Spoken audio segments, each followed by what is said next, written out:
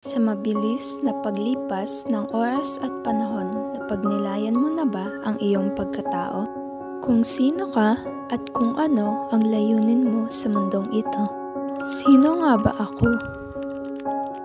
Bunso sa 3 magkakapatid, isang anak, estudyante, kaklase at kaibigan. Ako si Liana Faith L. Puercia, 17 taong gulang, na naninirahan sa Estrella Rizal, Nueva Ecija. Ako yung tipo ng tao na tahimik sa iba, ngunit maingay din sa iba.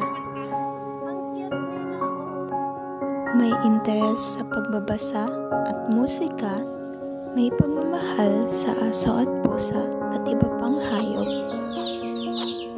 Grammar at pinahahalagahan ang kapayapaan at estado ng kalayaan sa buhay.